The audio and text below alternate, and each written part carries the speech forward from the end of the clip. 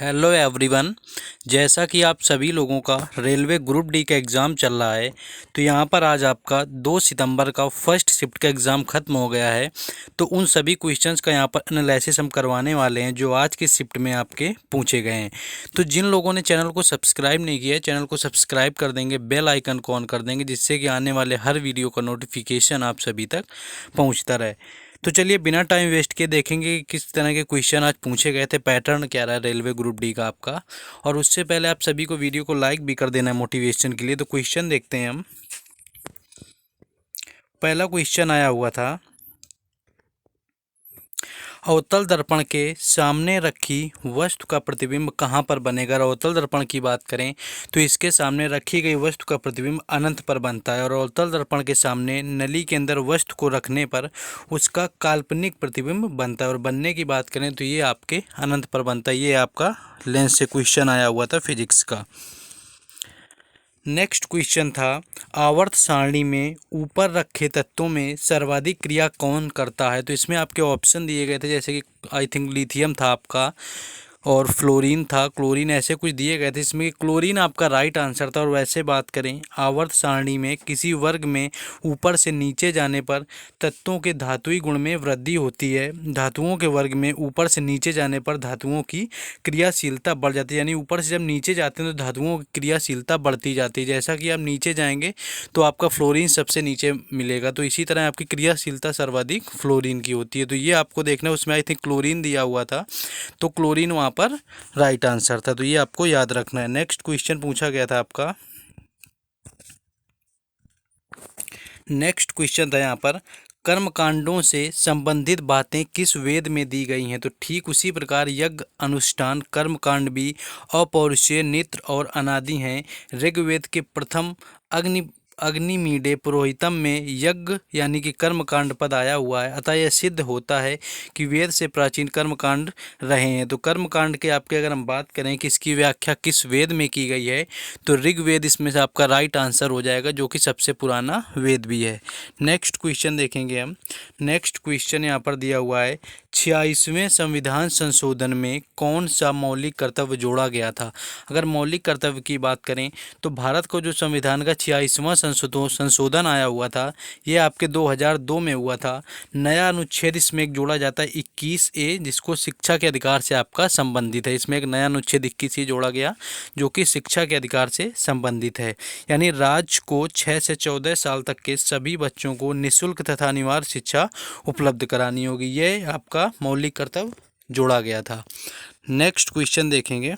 Next पूछा गया था आपका, प्रधानमंत्री बीमा योजना के तहत मृत्यु हो जाने पर कितनी राशि मिलती है। तो प्रधानमंत्री बीमा योजना की बात करें तो प्रधानमंत्री जीवन ज्योति बीमा योजना के तहत बैंक या डाकघर में सेविंग अकाउंट रखने वाले 18 से 50 सालों के लोगों को किसी वजह से मृत्यु हो जाने पर 2 लाख का बीमा कवर मिलता है। तो और इसके तहत आपके 436 रुपये कुछ वार्षिक दर से काटे भी जाते हैं।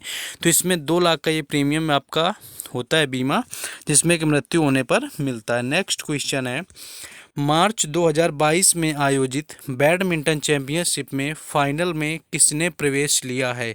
तो भारत के युवा स्टार लक्ष्य सेन ने शनिवार इतिहास रचते हुए ऑल इंग्लैंड चैंपियनशिप के फाइनल में जगह बनाई हुई है। पिछले कुछ महीनों से लगातार शानदार प्रदर्शन करने वाले लक्ष्य सेन के लिए रविवार को इतिहास रचने का मौका होगा। यानी कि यहाँ पर जो आपका ऑल इंग्लैंड चैंपियनशिप 2022 में हुई थी मार्च में, उसमें लक्ष्य सेन ने फाइनल में अपनी जगह बनाई हुई थी। तो ये करंट का क्वेश्चन पूछा गया था।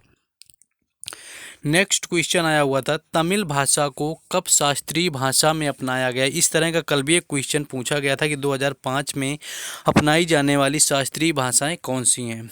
तो यहाँ पर था, ये भारत के तमिलनाडु राज्य की प्रशासनिक भाषा है और ये पहली ऐसी भाषा है जिसे 2004 में भारत सरकार द्वारा शास्त्रीय भाषा का दर्जा दिया गया। तमिल द्राविड़ भाषा परिवार और भारत की सबसे प्राचीनतम भाषाओं में से है। तो यहाँ पर सबसे पहली जो शास्त्रीय भाषा का दर्जा पाने वाली आपकी भाषा है वो भी आपकी तमिलनाडु है, जिसे कि 2004 में दिया गया है। नेक्स्ट क्वेश्चन देखेंगे। नेक्स्ट क्वेश्चन यहाँ पर है, आत्मा रंग आत्माराम पांडुरंग ने कौन से समाज की स्थापना की थी? तो अगर हम आत्माराम पांडुरंग की बात करें तो इन्होंने भारत के एक चिकित्सक तथा समाज सुधारक थे और इन्होंने प्रार्थना समाज की स्थापना की थी।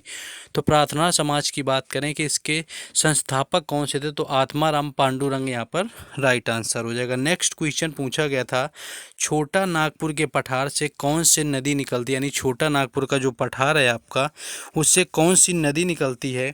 तो इसका सही आंसर आपका दामोदर नदी, यानी दामोदर नदी का स्रोत छोटा नागपुर पठार में है। इसका मुख्य हुगली और रूपनारायण नदी, यानी ये झारखंड में आपका छोटा नागपुर का पठार स्थित है।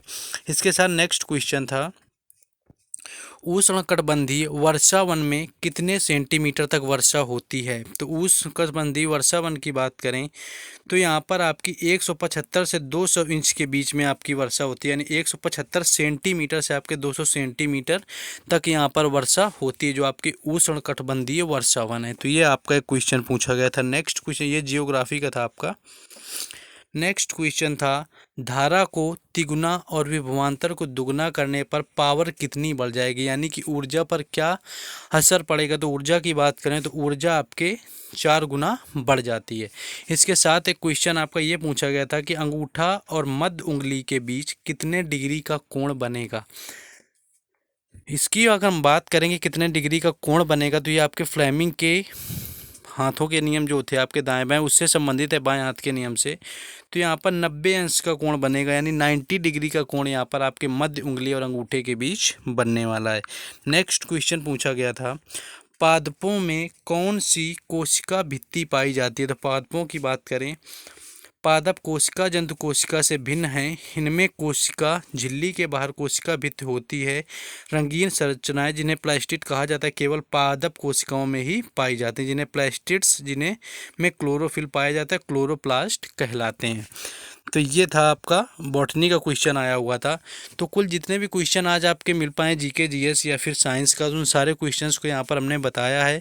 तो आप लोग भी सपोर्ट के लिए चैनल को सब्सक्राइब कर लेंगे, बेल आइकन को ऑन कर लेंगे, क्योंकि यहाँ पर आपको हर एग्जाम से रिलेटेड एनालिसिस करवाया जाता है। वीडियो को भी लाइक कर देंगे जिससे कि हमें भी मोटिवेशन मिलता रहेगा, और सब्सक्राइब करके हमें सपोर्ट करते हैं ताकि आप लोगों के लिए हम ज़्यादा से ज़्यादा क्वेश्चन ला पाएँ। चलिए मिलेंगे सेकेंड शिफ्ट के एनालिसिस में। जय हिंद।